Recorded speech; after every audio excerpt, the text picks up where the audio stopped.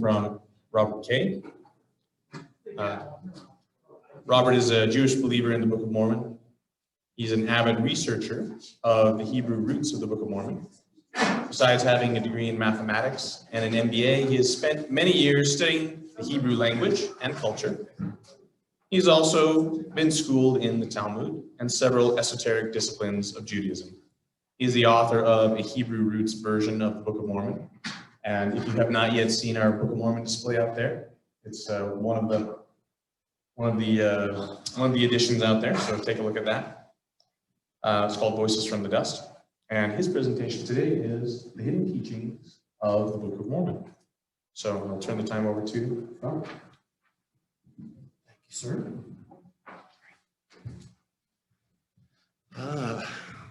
Well, thank you for allowing me to speak to you this evening.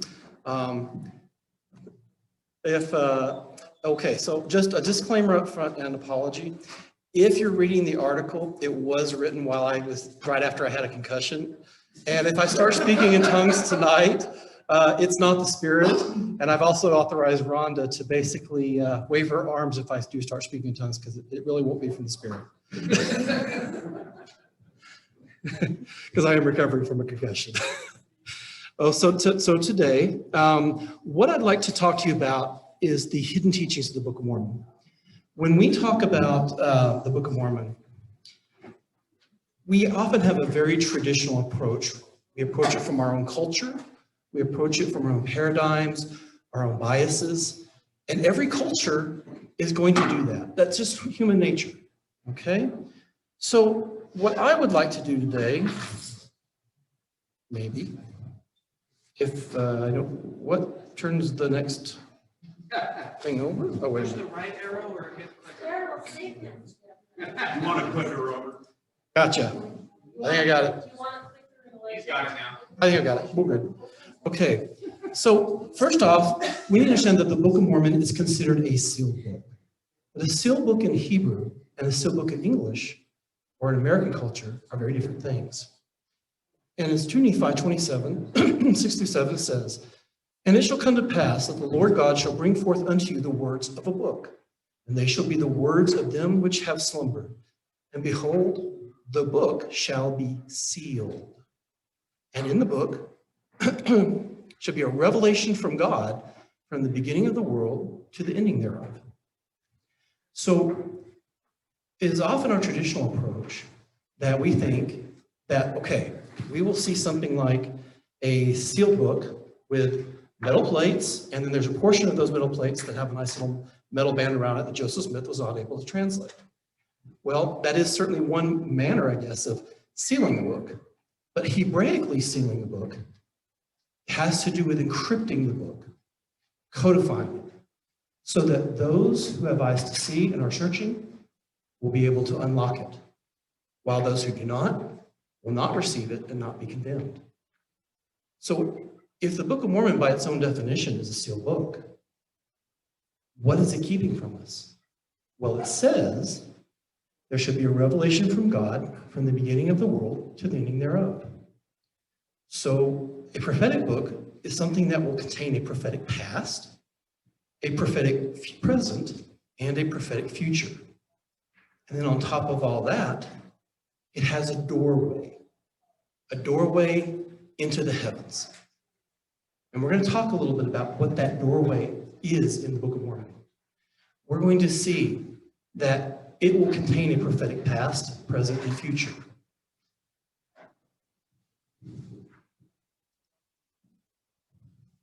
Maybe. There we go. So like I said, when we think of the Book of Mormon, we think of it as a sealed record. When something is sealed, we need to understand, in the ancient schools of the prophetic among Israel, methods were taught to intentionally encrypt the scriptures. It was meant to hide it, so that those things which were considered most ancient, most sacred, would never be used by those who would use those things for evil or attempt to obtain dominion. Because the same principles by which a person establishes righteous dominion, those same principles can also be used by the adversary and those who follow him to establish their dominion. And that seems very strange to us. But remember, One is just a counterfeit of the other. So when we approach a sealed book, how do we do it? What is the first thing that we want to do? Well, in the Israelite prophetic, a sealed book, like I said, is a record that is not only encrypted, it's also kept from understanding until the time is right or the people are prepared. Now, traditionally, there are 4 different levels of interpretation. Peshat, which means that's your literal. In other words, if Nephi built a ship, I really mean Nephi built a ship. Okay, it really happened. The remez is symbols, allegory, metaphor, or prophetic hints. One phrase may lead you to something else that will lead you to something else. It's like following a trail of breadcrumbs, each idea building upon the other to lead you to a prophetic destination. Drash, the idea of Drash is it's drawing from similar teachings, drawing from something more ancient and putting it into a frame for the current reader of that particular culture.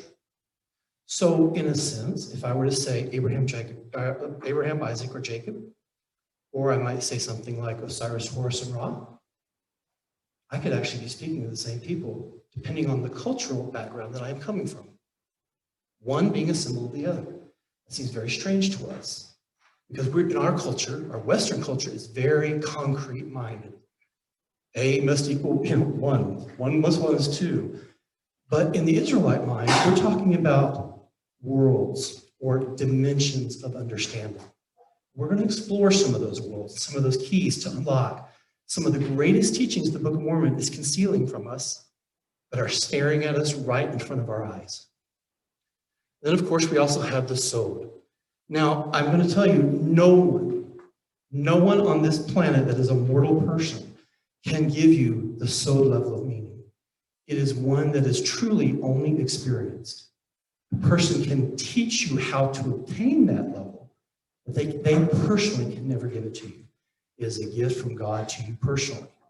So those things at that level, if anybody comes claiming that they've got the special hoodoo voodoo that's going to lead you into heaven, you might want to consider that these are things that would be given, these great and marvelous things are the things that are given to a person specifically from God. And it's available to everyone. So we're looking at a multidimensional text. In the prophetic tradition, it says it conceals stories. Okay, they may conceal a story of the past, a story of the present. Now by present, I don't mean our present, their present. So like, for example, there may be additional little facts and descriptions about, say, Nephi or things like that are kind of poetically hidden within the text. And there's also concealed a story of the prophetic future, things that are still yet to come. And they may conceal a story regarding the heavens, ascension, translation, whatever you want to call it. And it's not separately, it's all at the same time. You could be looking at a square. One person sees a square, another sees a cube, another may be looking at a hypercube. Everybody, but what is it? They may all be looking at the same thing, but looking at it from different perspectives. Or imagine it like a picture, a portrait, or a painting. You want to appreciate art. One person will appreciate it one way. One person is going to appreciate it another way. Which one's right? They both are. So I'm going to show you some of the things that I have been able to discover as I have learned these prophetic keys from some very amazing rabbis over in Israel, as well as England and in New York, that I've had to be able to do this over the last few years, who took the time to drill this into my head. And I will tell you that, you know how I got an A in their classes? I used the Book of Mormon, and it blew them away because I never told them that I was using the Book of Mormon because it drew together all of their interpretive keys for the Torah in one place. Tell me that's not amazing. So I do have to give credit to the Book of Mormon for helping me get and passing their classes because it was quite amazing. So here's one that I think you'll see throughout the Book of Mormon that is quite apparent. Being interpreted or by interpretation. In various settings of the Book of Mormon, the prophet writer draws upon their prophetic tradition to communicate greater teachings, similar to what they call a half-Torah portion. It's like a commentary. The writers of the Book of Mormon draw upon key words to direct their readers to specific scriptures in the Torah to communicate a greater message. The key to these hidden teachings is found in the word interpreted. So, in the Israelite prophetic tradition, to interpret something does not carry necessarily the same meaning of interpreted or interpretation as our English. This word means this. It's the idea that this word is going to connect you to a teaching in the Torah. And the words may not be the same thing. Okay? Now, let's take a look at one, Iriantum. Strange word. We have a lot of people, they debate whether some say, oh, it's Egyptian oriented. Oh, it's from this form of Semitic language. It's always been my opinion and contention that many of the strange words that we see in the Book of Mormon is a phonetic pronunciation of the Hebrew word that a Gentile is trying to pronounce and somebody of an 1800 is trying to spell. Okay? And since it was not as easily available to them, it pays to listen to the word phonetically, looking for Hebrew word markers. So, and we did come to the land which we could call bountiful because of its much fruit and also wild honey. Well, anybody knows what much fruit and wild honey, you should already know. If it's a season of fruit and honey, we know we're in the fall feast of Israel. And all these things were prepared of the Lord that we might not perish. And we beheld the sea, which we called Iriantum, which being interpreted as many waters. Now, Iriantum is not the Hebrew word for oceans, seas, or anything of the like. The usage of the word Iriantum is meant to draw the Israelite reader to a unique name or title of God, Yehovah Yireh. Okay? This title is first mentioned in the account of Abraham, who took his son of the mountain, attributed to being Mount Moriah, the location of the future temple of Solomon, to be sacrificed.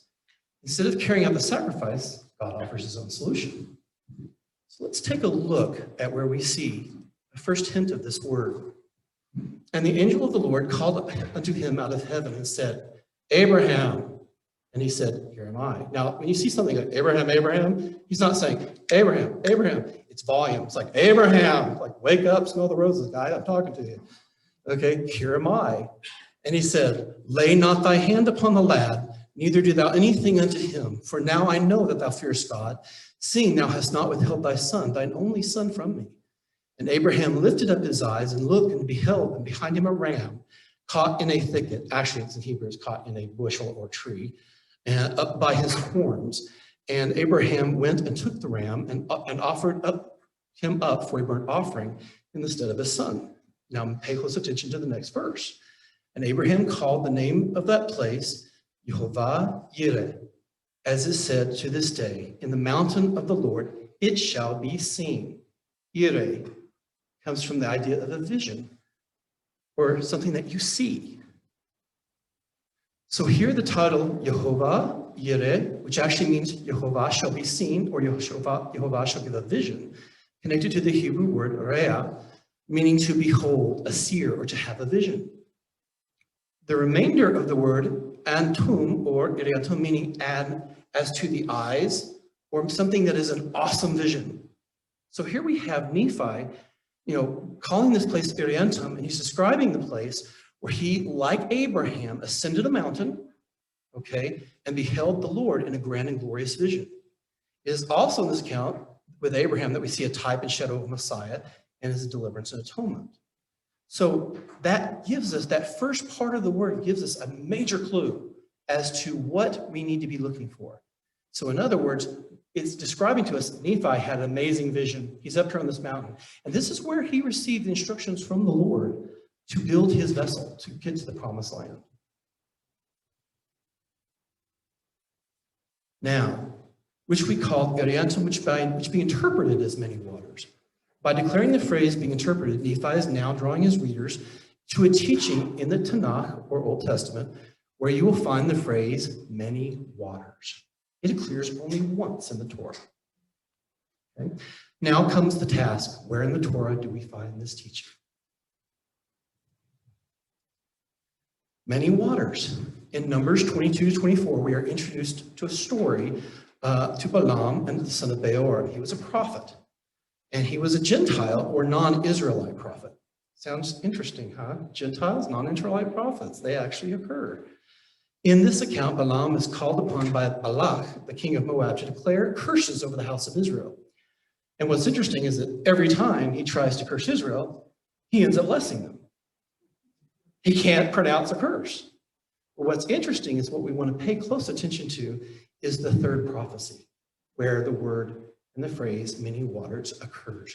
Because the idea prophetically in Israel is that each time he curses Israel, it has to do with something regarding their exile and their restoration. So let's take a look. And I'm not going to read the entire section because I want to show you other sections as well. But write this chapter down. Find the verse, but read the entire chapter. Because what is meant to be done, like it's very similar to a half-Torah portion. Nephi's writing this, he mentions this eriantum by interpretation, and then he moves on. But what the reader is supposed to do is to, in a sense, take that whole chapter and insert it right there in the text. So that you know that something about them leaving the land where they're at has to do with the prophesied exile of Israel and its future restoration. And the verse is Numbers 24:7. And he shall pour the water out of his buckets, and his seed shall be in many waters. Many waters. And his king shall be higher than Agag, and his kingdom shall be exalted. So that's the actual scripture. Now, what your homework is, read the entire chapter. Because that entire chapter is a prophecy, a couched prophecy about not only the exile of Israel, but its future restoration. And it should lead you to the fourth prophecy, which is the coming of a Holy One to the house of Israel. Let's take a look at another. Ramyamtum, the hidden story of the Great Tower. Now, in Alma, which is interestingly enough, Alma, Ayin Lamed Mem, its base letters. If we look closely, oftentimes we always see the debate of people saying, Alma means a young maiden. Well, Alma, one version of it does. One version may be Elam, a young man. One version is Alma, meaning hidden and concealed, Alam. Or there's another one, Olam, meaning its relational meaning to that which is another world, or worlds, or dimensions. Makes you wonder what's in the book of Alma. But being interpreted is now the place was called by them Ramyamtum, which being interpreted is the holy stand. Ramyamtum does not mean holy stand, although you should be able to take a very close look at some of its base roots. Ram, high. Atum, elevated. Okay, now let's take a look again. Now, here the word Ramyamtum is connected to the teaching holy stand. This takes a little bit of knowledge of cultural Hebrew, not modern, ancient Hebrew, to understand where the holy stand was in their meeting places. And strangely enough, Joseph Smith, at least I should say Joseph Smith, who translated it, the writer of this really knew what he was talking about when he talked about ancient Israelite culture. Here the word Ramyamtum is connected to the teaching holy stand. After descending from the Nephites, Alma and his brethren discover the Zoramites engaging in a most unique manner of idol worship. Now when they had come into the land, behold, to their astonishment, they found that the Zoramites had built synagogues, and they did gather themselves together one day of the week, which day they did call the day of the Lord. And they did worship after a manner which Alma and his brethren had never beheld, for they had built up in the center of their synagogue a place for standing, which was high above the head, and the top thereof would only admit one person. Therefore, whosoever desired to worship must go forth and stand upon the top thereof and stretch forth his hands to heaven and cry with a loud voice, saying, and then he goes on. So, interestingly enough, the word holy stand in Hebrew, in Ashkenazi Hebrew, European Hebrew, which is passed down mostly into our American traditions, the center place or elevated platform in a synagogue is called a bima. That's actually a derivative of a Greek word, not a Hebrew word. In the Sephardic or the Mizrahi traditions, the word is actually Migdal. The word among the Israeli Sephardi synagogues, the center place is called the Migdal, the high place, the holy stand, the tower, or pulpit. The platform on top of the center place being referred to as the teva, or a vessel containing, or an ark, something that contains like the Torah scroll, what we would see now. In the first usage, what we do then is we go to the first usage of that word Migdal. Where is it? What does it have to do with? Okay, the first usage of the word Migdal leads us to the account of the great tower, Tower of Babel. And notice what it says. Excuse me just a moment.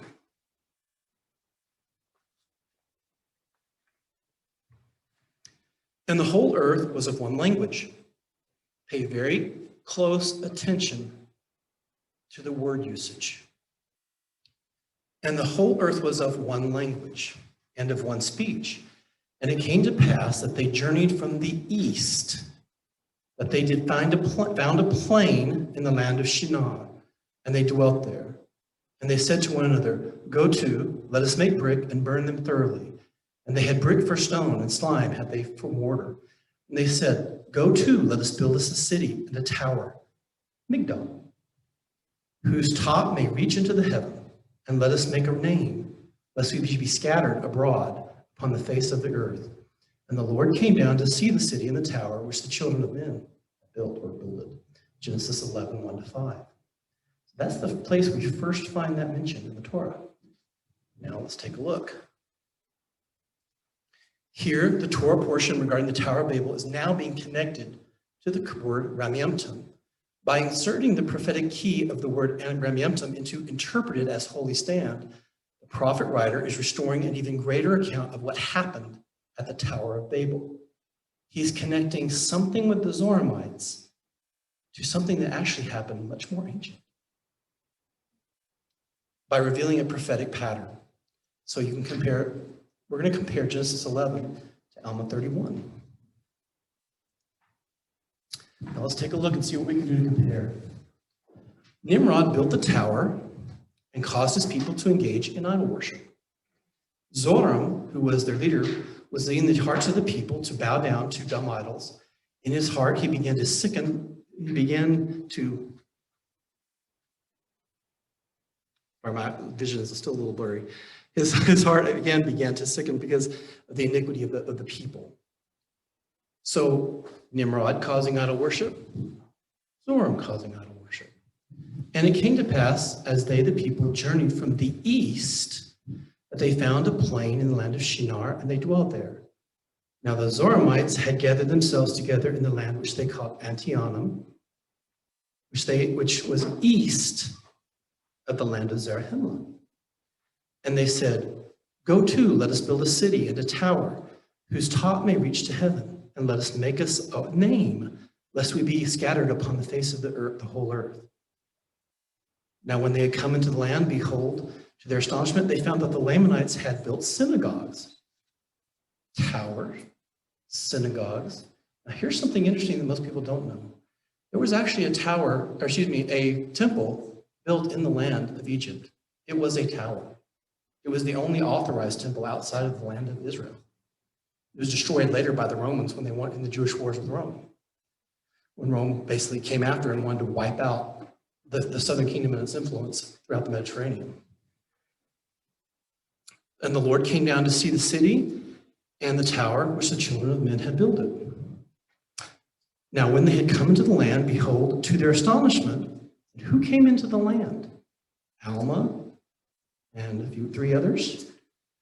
Now, when they had come into the land, behold, to their astonishment, they found the Zoramites had built, I tried to do that one. Now, when they had come into the land, behold, to their astonishment, they found the Zoramites had built synagogues, and they did gather themselves together on one day of the week, and, which they call the day of the Lord, and they did worship after a manner which his brethren had never beheld. Now, isn't it interesting? The people of Nimrod spoke with all one tongue, but the people of Zoram were all saying the same thing. Think there might be a relationship? And the Lord said, behold, the people is one, And they have all one language. And as they began to do, and this they began to do, and now nothing will be restrained from them, which they have imagined to do. Therefore, and then of course with Zoram, therefore whosoever desired to worship must go forth upon the top thereof, stretch forth his hands to heaven with loud voice, saying the same thing, and prevailed every man to go forth and offer up the same thing. One is patterning itself off the other. And in the middle of that whole description of the Zoramites, you have a teaching of many waters. So the question we have to ask ourselves is, on the Peshat level, we're really reading a story of Alma going among the Zoramites. But in a multidimensional level, we actually have a sealed book here where Melchizedek is going among the people of the tower. And we'll show why I'm equating Alma with Melchizedek. In other words, you are going to get one is a pattern of the other. Now, is it that they're exactly the same exact story? Not quite. But the idea is that it is being communicated to us in symbol form, an even more ancient account, and it's encrypted into the text. You know, it's very common among Israelite schools of the prophetic. They would teach children the actual verbatim scripture. But when they were teaching those who were initiated into the mysteries, they taught them using the language of symbols. It's a language which our culture is almost completely bereft of. We still have them, but nothing like they did anciently. So now we have to work back to regain those symbols. So let's go again. And by the way, if you have any questions, write them down. We'll talk at the end. Okay, I'm going a little fast here just because we only have limited time, but I would like to, let's talk about for a moment the word liahona. And now, my son, I have somewhat said concerning this thing which our fathers called a ball or director, or our fathers called it liahona, which is being interpreted the compass, and the Lord prepared it. Oh, now we've got two teachings we have to look for. Liahona, which being interpreted, so he's pointing to a place where we need to look for two phrases. One phrase is, or word is, a compass. The other phrase is, and the Lord prepared it. That's where we want to look for these things. We need to find those. This is Alma 37:38, by the way. So a compass. The first, I'm going to go through a place in the prophets, the writings, as well as the actual 5 books of Moses itself, because you can approach them from all those areas, and you want to approach them. One teaching will build upon another. Thick clouds are a covering to him, that he seeth not, and he walketh in the circuit of heaven. The actual word is ho. Okay, Job 22:14 for compass. And when he prepared the heavens, I was there, and he set a compass upon the face of the depth. When he established the clouds above, when he strengthened the fountains of the deep. Notice that you're hearing a creation, things being referred to regarding the creation. So even Job, in that relational meaning, as well as Proverbs, is pointing you back to Genesis, which is really where we find the actual first time the phrases for compass is used. So the other one is Isaiah 40:21-23. Have you not known? Have you not heard? Hath not been told you from the beginning? Have you not understood from the foundations of the earth? It is he that sits upon the circle of the earth, and the inhabitants thereof are as grasshoppers. And he stretched out the heavens as a curtain, and spreadeth them out as a tent to dwell in. He bringeth the princes to nothing. He maketh the judges of the earth as vanity. So by approaching it from each of the directions of both the Torah, the writings, and the prophets, we're getting more and more detail of this teaching regarding a compass. And it's going to teach us what the liahona was used for and what it is connected to. Now let's take a look. The Lord prepared it. The first place it occurs, Genesis 1:6-8. And this is really strange that we see this, because we have, in our English, it doesn't quite go back. We have to go back to the Hebrew in this. But then the Lord said, let there be a firmament in the midst of the waters, and let it divide the waters from the waters. And God made asa, in this case, prepared, formed, fashioned, the firmament, and divided the waters which were under the firmament from the waters which were above the firmament. So it has to do with something of the creation, the heavens, the upper worlds. So by telling us that the Liahona is being interpreted, he's giving us descriptions of what the functionality of the Liahona was. It had something to do with idea of not only the circuit of the earth and perhaps a directional object, it also taught them or showed them knowledge of the stars, astronomy. It also has something even more sublime. And I think I left that accidentally out. However, it's from the book of Proverbs. No, sorry, Proverbs 8, 20, 27, 28 was where I was cut, or about a compass. And that entire chapter that you want to insert there is where you find the Israelite paths of wisdom. These are the paths of wisdom that lead you from this earth back to the land of promise, or what we would call the celestial worlds, which they called Ein Sof, world without ends, Keter, Absolute, whatever you want to call it in Hebrew. It's basically the same destination, or pretty close. But the idea of going from this earth to a heavenly place. So it's a directional object. So it has to do with something regarding ascension, translation, accessing the heavens. So go back when you have time and read the entire chapter. Look at Liahona and then read that entire chapter about the actual paths of wisdom. It's a very ancient teaching. These are the paths of the tree of life. We have to traverse them. We either travel them in a very navigated route, or we travel them in a direct, straight route, often called the way. So we're noticing that we're looking at hidden accounts. Now let's come to the, notice that a lot of these seem to be coming from the book of Alma. We have one in Nephi, but a lot of these seem to be coming from the book of Alma. Well, that makes a lot of sense if you think about it. The book of Alma is the book of the hidden or the concealed. Think about it. But the king was more wroth and caused that Alma should be cast out from among them. And he sent his servants after him, that they might slay him. But he fled from before them and hid himself.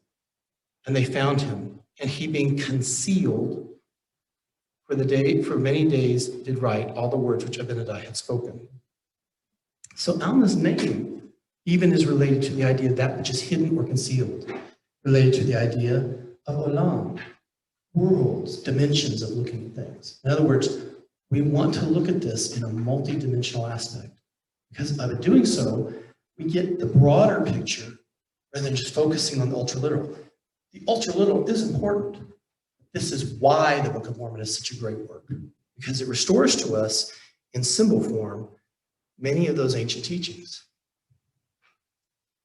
Now, encoded in the Book of Alma, the Book of the Hidden and Concealed, is not only the story of Alma and the Zoramites, but a commentary or an expanded account of what also occurred with the children of Noah after the flood and the construction or destruction of the Great Tower, with Alma the Younger being a symbol for the high priest after the holy order of God that existed in the days of the tower, and the same high priest, even Melchizedek. So you're telling me Alma is Melchizedek? Yes, in symbol form. The story of Alma that you're getting could be overlaid on the story of Melchizedek and the kings of the plains. Because if you go through all the place names in the Book of Mormon, they're identical to the same place names in the original land of promise, Israel, and the actual cities and groups that went to war. So in other words, we're given the child's story, Alma. It's a pretty cool story. It has a lot of amazing teachings. Encoded into it is a pattern of a much older story waiting to be unlocked. So, Melchizedek. Now notice the phraseology used in the Book of Mormon. Melchizedek, having exercised mighty faith and received the office of the high priest according to the holy order of God, to preach repentance unto his people. And behold, they did repent. And Melchizedek did establish peace in the land of his days. Therefore he was called the Prince of Peace, for he was the king of Salem, and did reign under his father. Now let's take a look at Alma in verse 5, and Alma 5, verse of the heading, which is also part of the Book of Mormon, not the description of the chapter summary that the church put in, but the actual part of the Book of Mormon that was the heading on the plate, as well as verse 3. The words which Alma, the high priest, according to the holy order of God, delivered to the people in their cities and villages throughout the land. I, Alma, having been consecrated by my father, Alma, to be a high priest over the church of God, he having power and authority from God to do these things. Melchizedek, a high priest after the Holy Order, who ruled and reigned under his father. Alma, a high priest after the Holy Order, who was consecrated, ordained a high priest under his father. One is a pattern of the other. And we're given that so that in a sense, we can superimpose those characters of the more ancient story to reveal something in this story that we're also meant to understand. Not only about a prophetic past, what we're reading in the actual account of Alma is their prophetic present, if you will, but also we're also going to find that we're reading an account of a prophetic future that is yet to come. Hebrew prophecy is not magic. It never has been. It is cyclical. Mankind, the reason is because most likely mankind, human nature, is so predictable.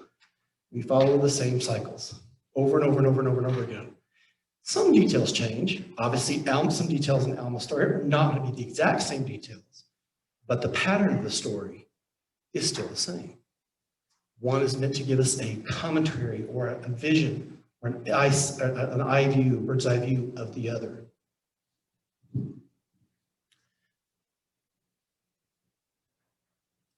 Now, let's take a look at another one. Rabbana, powerful or great king. The story of Ammon. Now, Ammon's an interesting character because there are actually two different Ammons, yet they both symbolize the same person. The story of Ammon and King Lamoni is an epic tale. Here's the son of King Mosiah. He comes down among the Lamanites, specifically the people of King Lamoni. As the story goes, Ammon desires to dwell among the people of King Lamoni. The king Lamoni offers him one of the Lamanite daughters to marry when Ammon refuses, but requests to become King Lamoni's servant. Ammon is sent to watch over the king's flock, at which point the king's flocks are scattered by the other Lamanites. Ammon cuts off their arms. King Lamoni hears about it. He hasn't brought before him at this point, and the word is connected, and the word Rabbana is connected to the most powerful, meaning to the word powerful or great king.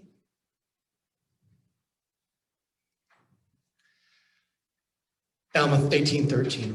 And one of the king's servants said unto him, Rabbana, which is being interpreted, there's that phrase again, powerful or great king. Considering their kings to be powerful, thus he said unto him, Rabbana, the king desires thee to stay. Now we know that through the use of that word, he's pointing to us to a teaching in the Torah. Why?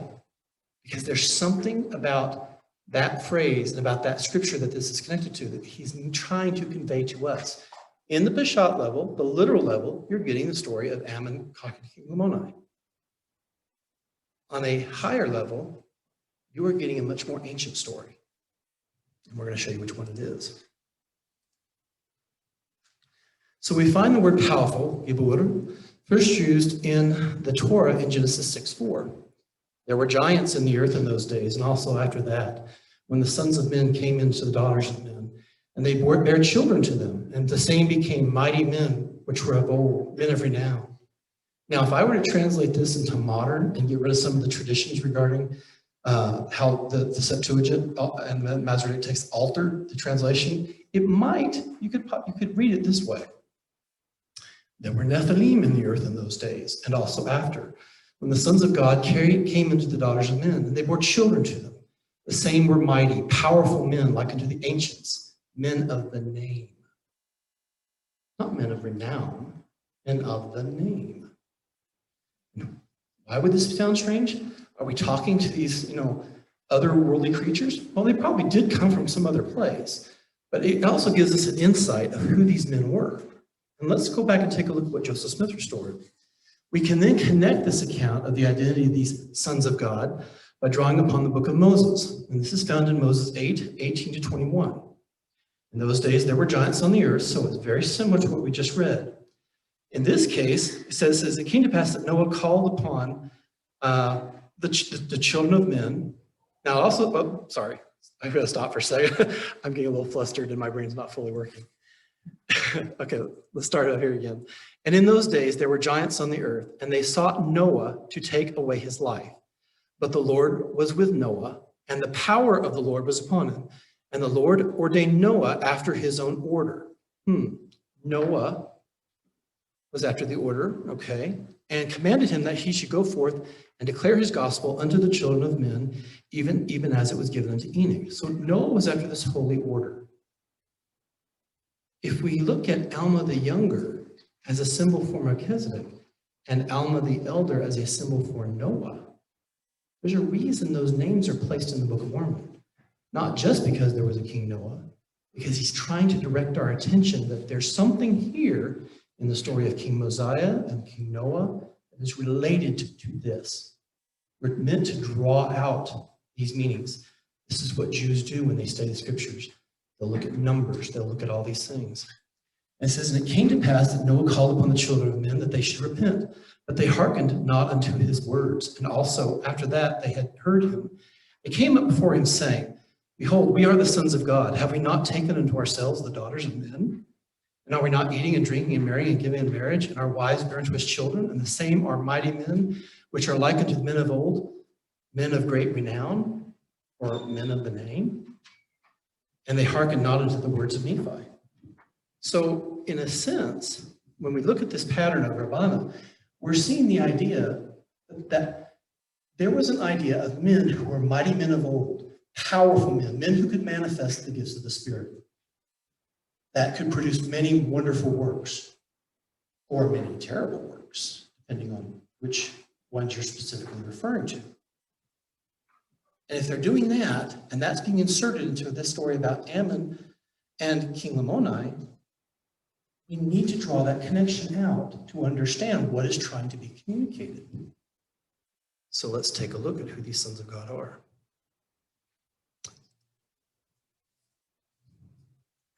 So there is actually a story in the pseudepigrapha, in the books of Adam and Eve, about, strangely enough, the time of Jared.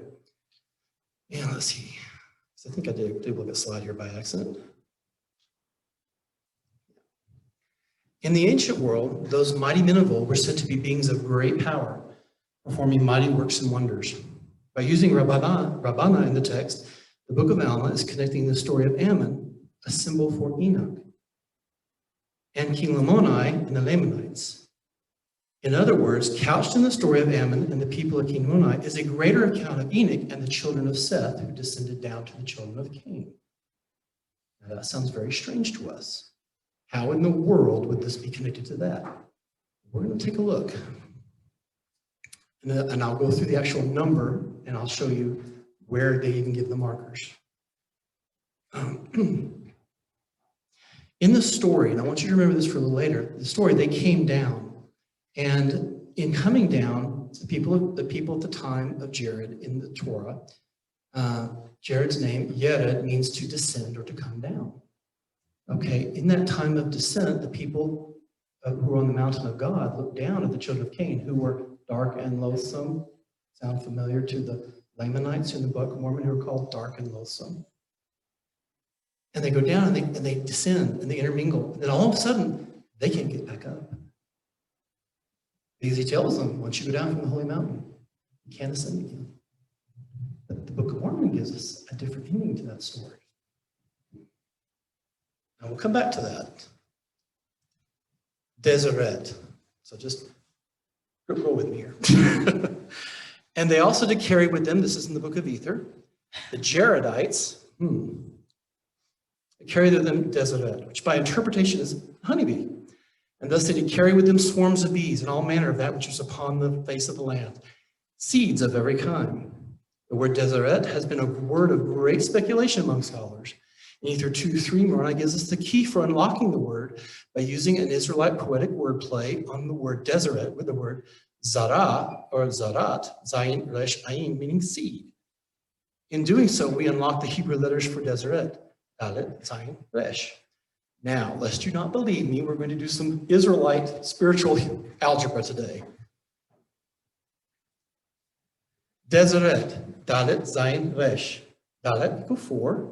Zion equals 7, Resh equals 200 equals total 211. And the word for Hebrew and honeybee is Deborah. Like the prophetess Deborah, Dalet, Bet, Resh, He, the word has a numeric value of 211, or the same as Deseret, which by interpretation is honeybee. So you can always check your work with the scriptures because the numerical values, like an Ammon, are connected to titles for Enoch and others. So you've got a sealed book that's waiting to be unlocked with teachings that will blow your mind and make you see how wonderful of a gift the Book of Mormon really is. But the idea behind Deseret is that, and I'm going to skim through this just a little bit, it's the idea of higher teachings. They took the teachings of the upper worlds. The symbol of the honeybee, and specifically the hive, is not really just a meaning of industriousness. That's nice, and I know where they got it from.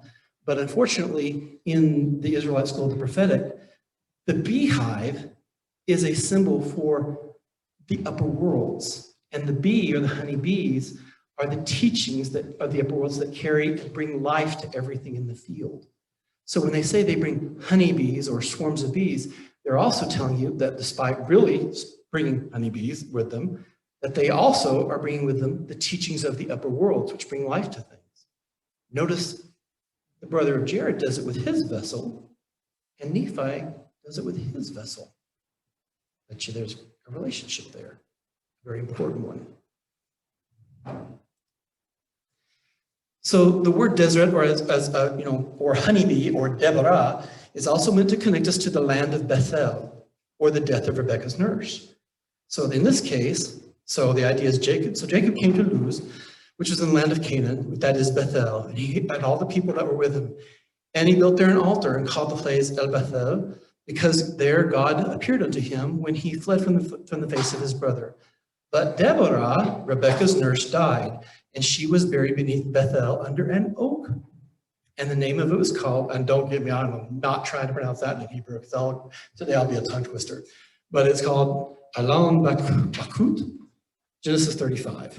Deborah, as Rebekah's wet nurse, i.e. the one who fed and nourishes Jacob or Israel, here Deseret is equated with the teachings of Deborah, or the nourishment of Deborah, really, as not only the nourishment that feeds the house of Israel, but sits at the roots of the oak, the symbol of the tree of Abraham, the teachings of Abraham. So when he's talking about Deseret, there's something in the Book of Mormon, specifically the Book of Ether, that contains something much more ancient than any of us have ever supposed. There really is a reason why I call it the Mormon Sefer Yetzirah. It is a book of creation, and it contains this, not only a creative epic, it also gives us the keys of ascending the four worlds in great detail, but again, written in the Israelite symbol. If we don't unlock the symbols, we won't obtain the meanings. If we don't ever obtain the meanings, then we will be forever in the veil of unbelief. Because in Israelite thought, the veil of unbelief is when you just accept the child's point of view of the story. If you never look beyond, you will forever be in the veil of unbelief. Like Moses' veil, who veiled his face, his zohar, his brilliance from the face of the Israelites when he came down from the mountain. They're like children. They see the outward veil. It's pretty. It's a great story. It's a beautiful veil. It's like a woman's veil on her dress, of her marriage dress. Beautiful veil. But the beauty of what's underneath is a garden of delights. And those who understand what the garden of delights will be will understand the true meaning behind the Garden of Eden. And it's a story that's meant to bring us back there. Okay, here's another one. They call it Bibliancum, or Rev Liankum, large or exceeding all, to exceed all. And it came to pass that he came to the waters of Rev Liankum, which by interpretation is large, or to exceed all. Wherefore they came to these waters, they pitched their tents, and Shez also pitched his tents near unto them, and therefore on the morrow they did come to battle. Ether 15:8. Here, the prophet writers of the Book of Mormon designates two connections. There are interestingly two connections here to the words large and exceed all. But what we want to look at too is the actual word. The parent root of the word Rephaim, which is actually a construct, resh pei, carries relational meaning to the words Rephaim. The Rephaim was a description of a characteristic shared by a group of people. The Rephaim means, or should I describe it in the Old Testament as giants and mighty men. These descriptions, mighty men, should also sound similar to the readers of the Book of Mormon. And the brother of Jared was a large and mighty man, and a man highly favored of the Lord, Jared, his brother. Is there a relationship between the Rephaim, the Israelites, and the Jaredites? Were the Jaredites Rephaim, or is there some type of connection? And if that's the case, we've got some pretty big dudes on our hand. The Hebrew word for large is gadol.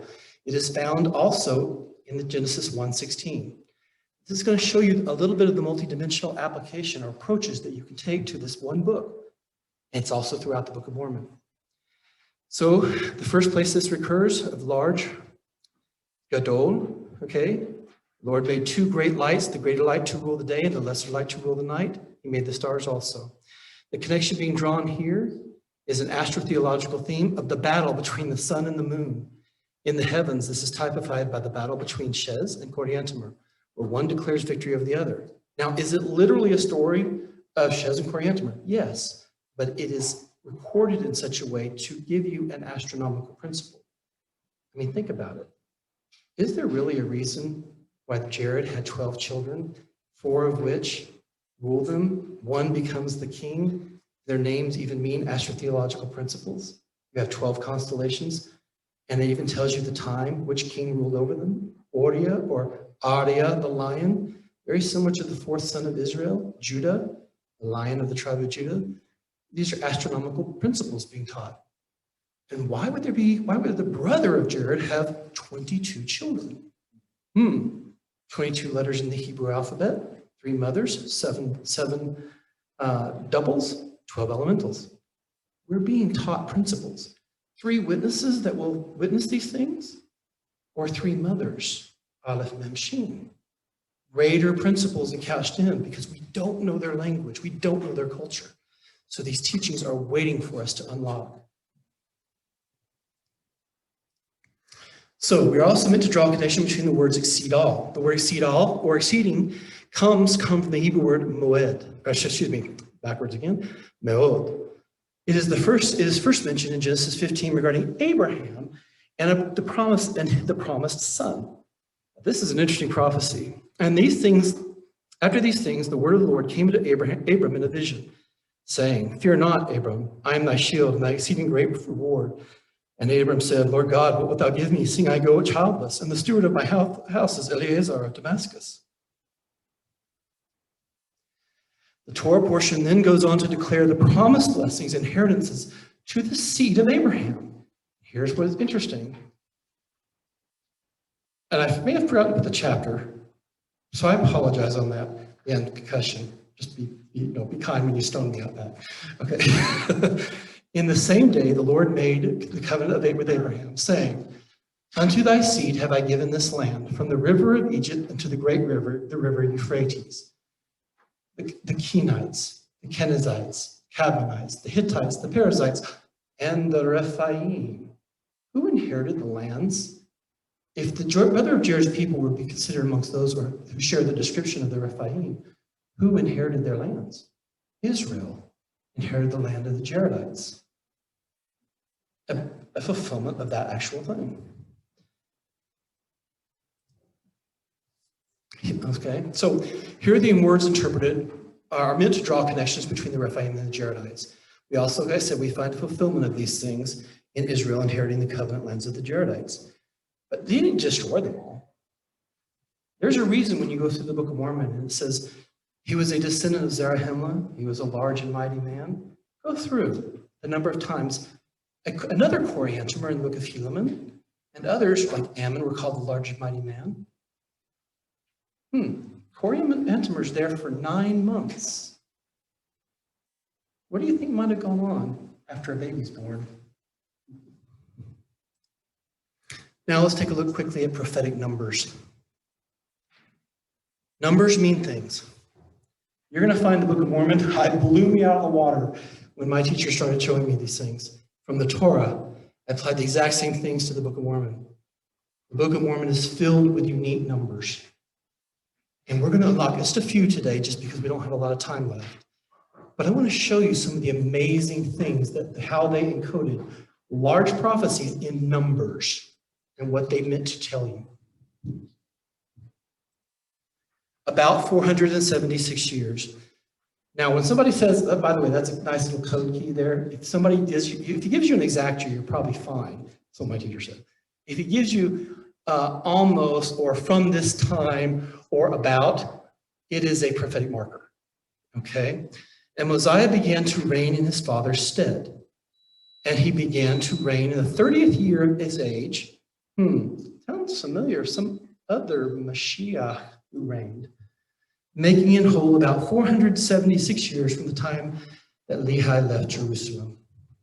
There are two places in the Torah, in the Tanakh, specifically, you will look at this, I want you to look at the second one.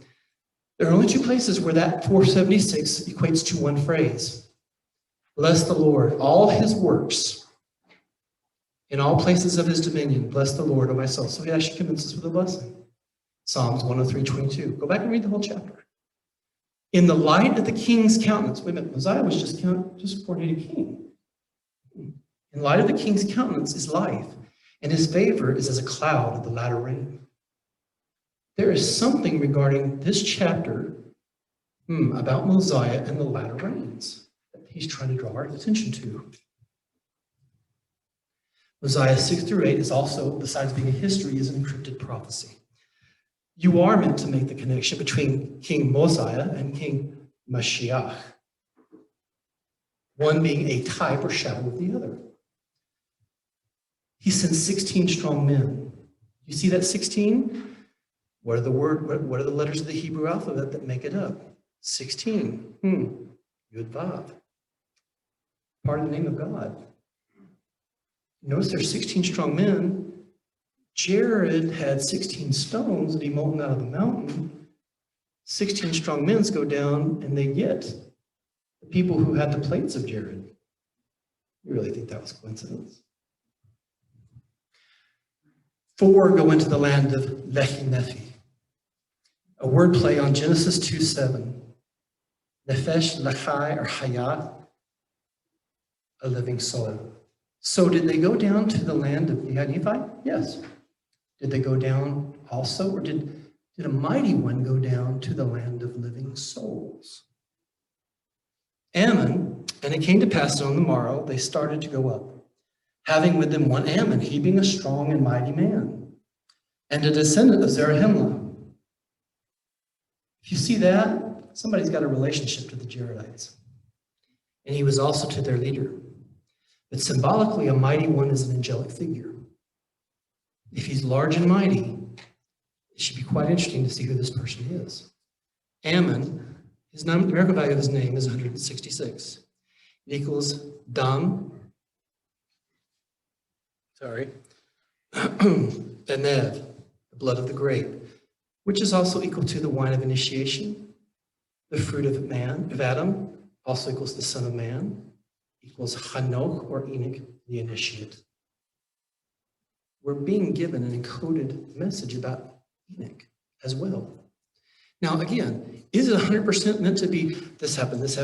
Not quite. It's the overall picture. We're seeing in one pattern, we're being revealed another story that is much more ancient.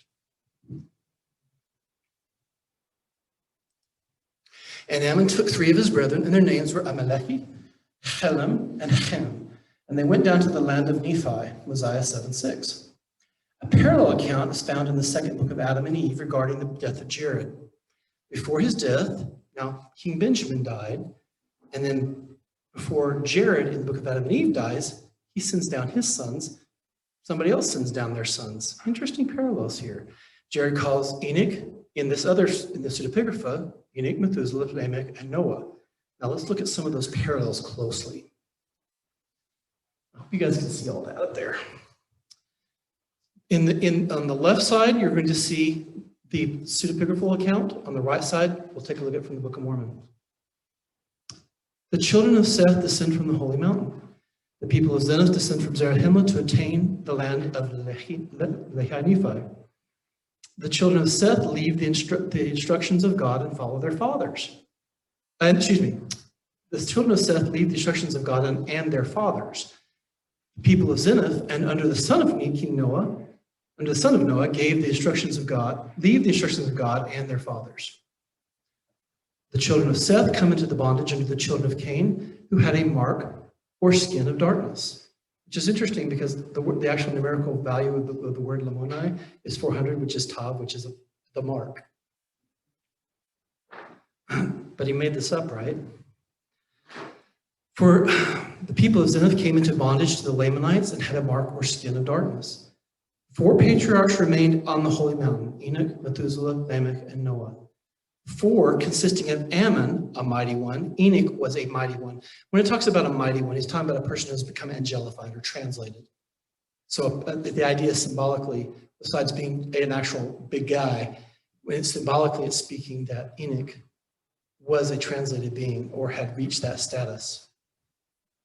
That's why there's always 4, because there are 4 worlds in the Hebrew tree of life, and it is considered a doorway, the actual door that flaps. That the letter dalet is the number 4. So when you see the number 4 in the Hebrew scriptures, it's a pathway, it's a door that you're supposed to pay attention to. Here's the route. Follow what I'm saying, is what they're telling us. So there's 4 on Zenith's account, consisting of Ammon, mighty one. 3 others are sent to ascertain the condition of the people of Zenith. The children of Seth could not ascend the mountain because of the stones of the holy mountain, which were of flashing fire before them. Sorry, I left out the fire there. Ammon discovers the people of Zenith, who under Lemhi discover the plates of ether, which contains a story of 16 illuminated stones designed to take them to the promised land. Enoch is taken and returns to the land of life. Ammon leads the people of Lemhi and Zenith to return to the land of Zarahemla, the seat of the children of life. Think it's an accident? Or perhaps there's more to the story. So the idea behind this is that the land of Nephi is not only meant to indicate just the land of the Nephites' first inheritance, but the names themselves are also meant to draw a connection to Genesis 2:7. And the Lord God formed man of the dust of the earth and breathed into his nostrils the breath of life, and man became a living soul. And here the words, the living soul, come from the Hebrew words, like I said, nefesh chaya, okay, translated as living soul here, and share the same roots as Lehi and Nephi. If they share common parent roots, there is a relationship. That's why I try to tell people, it's not that you're not meant to make a total carbon copy and overlay one on the other, but you are meant to understand that the principles and the things being talked about here not only relate to this story, but to a much more ancient story. So if you know who Ammon is as a symbol, it will lead you to a greater teaching. This is why the Book of Mormon is a sealed book, because it's been intentionally encrypted. And people always go to me, well, it says they only do the plain and precious things. We're not Gentiles, people. We wrote this book. Jews wrote this book. Plain is a pathway. Precious is the gifts that a bridegroom brings for his wife that he's about to purchase. So it contains plain and precious things. Not only is it self-evident, but it contains the pathway and the dowry that you're being given to prepare you for the marriage with the chosen son. So plain and precious, sure. But plain and precious in the Hebrew mind is even greater than just something that's right in front of your face. We have to look for the gifts. We have to look for the gems that are being given to us here. So there is an Ammon-Enoch connection. And one of the king's servants said to him, Rabbanah, which is interpreted, powerful, great king, considering their kings to be powerful. And thus he said unto him, Rabbanah, the king desires thee to stay. Again, Ammon, here Ammon is coming to King a Lamanite, or is Enoch coming to a king among the children of Cain, or those children of Seth who had descended to the children of Cain, and were now under bondage? In Amos 17, another Ammon with his 3 brothers goes to the land of Ishmael. Again, a total of 4. Ammon is believed to be a mighty one because of his mighty feats. The people of Ammon leave, and in the end, they are to go up to Zarahemla, where they take on the identity of the anti-Nephi-Lehis, or in Hebrew, the Panim Nephi-Lehi. Anti does not mean against, it means like a mirror image of. And it's the idea that they became in the image of Nephi and Lehi, but also in the image of the living soul, Adam before the fall. I'm probably out of time, huh? Well, we almost got it there, guys. So I'll leave you that on there. That was actually close to the last scroll, the last one. So, sorry. Oh, we have questions. Yeah, Oh, questions, yeah, we're out of time. So if there are questions, we'll take some questions. okay. Sorry, guys. I know I'm long-winded and I need to watch my time a little better. What are some of the main points that you extracted from your examples? What fascinated you? You know, what really fascinates me about all of these is that on the literal level, the Peshat level of Hebrew interpretation, you are being given one story. But in reality, the entire Book of Mormon is a textbook in the science of the fathers. We're just meant to unlock it. A lot of people don't like that, and that's okay. You know, not everyone does have to embrace that. And the idea being is that if they do, great, it'll lead them down paths of eternal life. Those who don't, they're not condemned, but they are like children. That's not necessarily a bad thing. But of the most important things I think you'll see, what fascinated me the most, you have a story of, you have a creation epic and a literal Sefer Yetzirah in the Book of Ether. Among the stories of Alma, you have stories of Melchizedek and Abraham. It's not by accident that Alma the younger is equated with Melchizedek, and the numerical value of Amuleki is the same as Abram. It's not by accident. So we're being given two stories in one. Actually, most likely four stories in one. Let's see what we got here. Well, this is a long one. Okay, in light of Jacob 4:14, the Jews were a stiff-necked people. Oh, I love that one all the time, gosh. And they despised the words of plainness and killed the prophets and sought for things they could not understand. True, because of their blindness, which came by looking beyond the mark, which they must needs fall. For God took away his plainness and delivered them to things they could not understand. Okay, I'm going to read this to you as a Jew, because I am one. The Jews were a stubborn people, and they despised the words of the way, and they killed the prophet and sought for things they could not understand. And because of their blindness, which came by looking beyond the Torah, they must needs fall. For God took away his path and delivered to them the things they could not understand. So should we be cautious of Jewish traditions? If you're worshiping Jewish traditions, then it's just as much idolatry as worshiping Christmas. If, however, you're honoring God by setting apart his appointed times, how could it be idolatrous? But I do agree with the one brother here. Do we judge others for being sinners because they don't? It was native to my culture. But it may not be native to other people's culture. And there's a lot of cultural things we have to watch out for. Some things are not scriptural. Some things are truly tradition. And it takes some discernment to find the difference between those. But is there, like for example, if I choose to honor the Moedim, the appointed times, you bet. We can do that. So should we be cautious? Only to the point where we become obsessed, we need to be cautious. If we become obsessed, or if we're having debates or fighting over which day is Shabbat or what time it begins or stuff like that, what a great way to divide people. It's a great way to divide people. And in the end, it just becomes a battle. My prophet can beat up your prophet, or my prophet drives a better car than yours, and we all fight. When the reality, at the end of the day, we're meant to be united, and we're also, united does not mean conformity. It allows for diversity. But conformity is something else. What's we got here? Beyond the Book of Mormon, has anyone tried this Shavim Hanim Torah on the Apocrypha writing? Oh, this is somebody knows what we're talking about. With the Apocrypha writing for correlated triangulation of the pardas and gematria.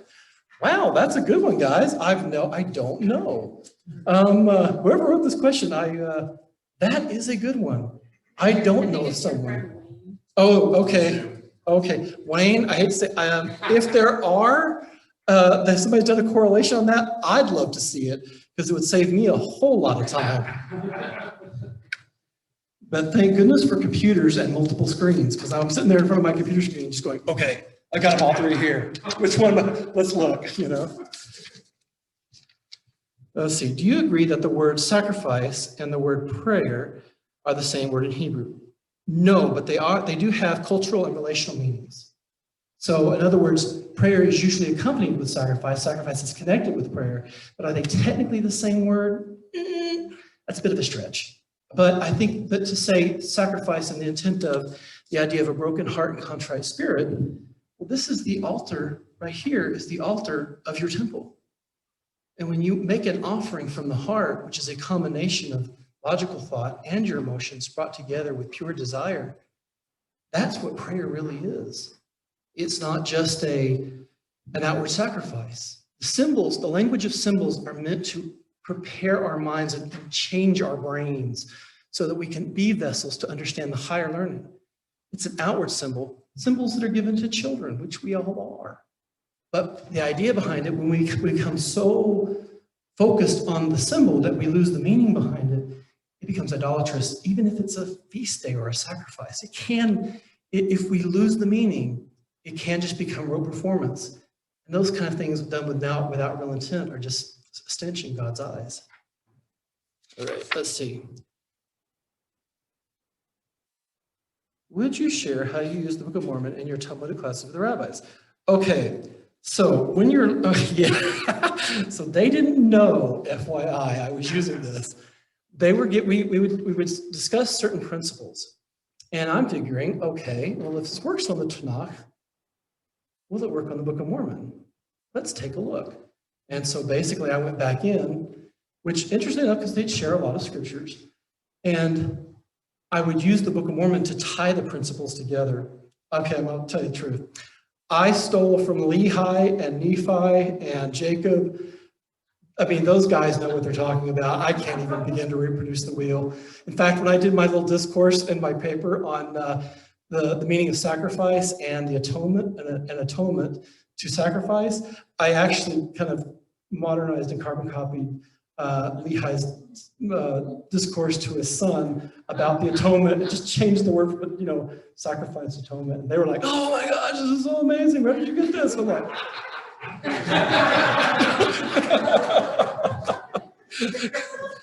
so if you want to know how I used it, yeah, that's how I used it. I'm a great plagiarizer when it comes to Lehi and Nephi and those guys. I don't even try to beat the masters. Let's see. Let's see. Beyond the Book of Mormon, has any? Oh, I think that's it, guys. You want to share? Yes, ma'am. Oh, from the beginning? The remaining ones. Oh, from the remaining ones. Okay. Yes, Matt. 600 years. Deseret equates to Deborah's nurse. That's her name. 600 years. Deseret. So in other words, when you see that in Nephi, okay, that was actually, we were almost to the end, so I almost made it. However, I did also put this in just in case I got too short, which is about 3,500. I took it apart from you. There was about 3,500 souls in the book of Alma that were baptized. So if you take apart 3,500 and you put it back numerically, it actually leads you to marriage scriptures and a whole discourse on the Feast of Tabernacles in the Torah.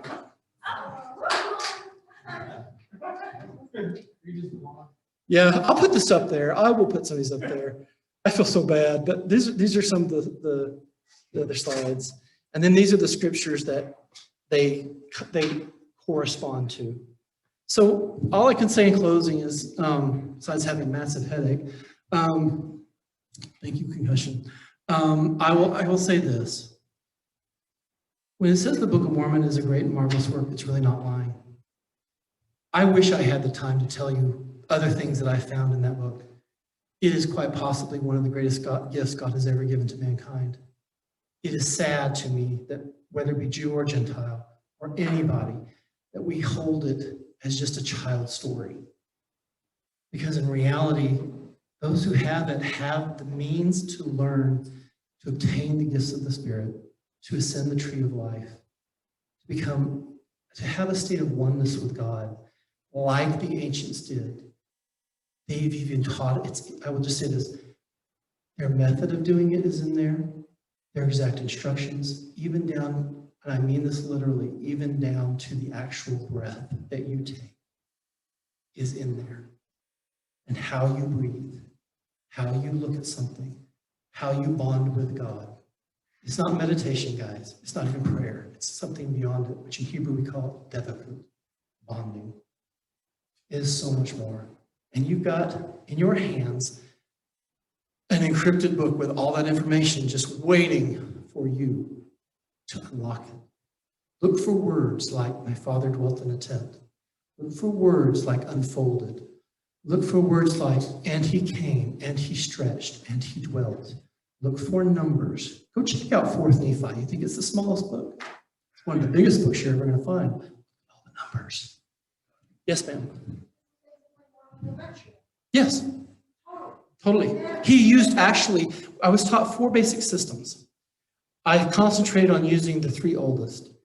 He seems to use the 2 oldest that we still have. There are other systems of gematria. There are many of them out there, but he's used the oldest. Yeah.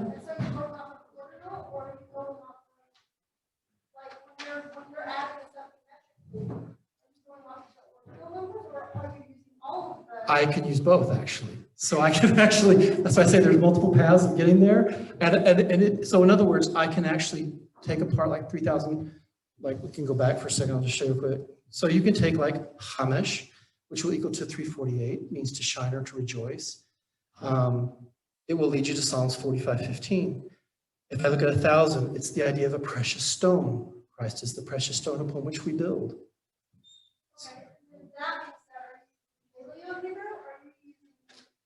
I'm literally just using the Hebrew in the text that we have and the numbers that are in the Book of Mormon. Now, I know people say, well, but wait a minute, Robert, they wrote it in Reformed Egyptian. All Reformed Egyptian is basically Hebrew written in a form of Egyptian demotic.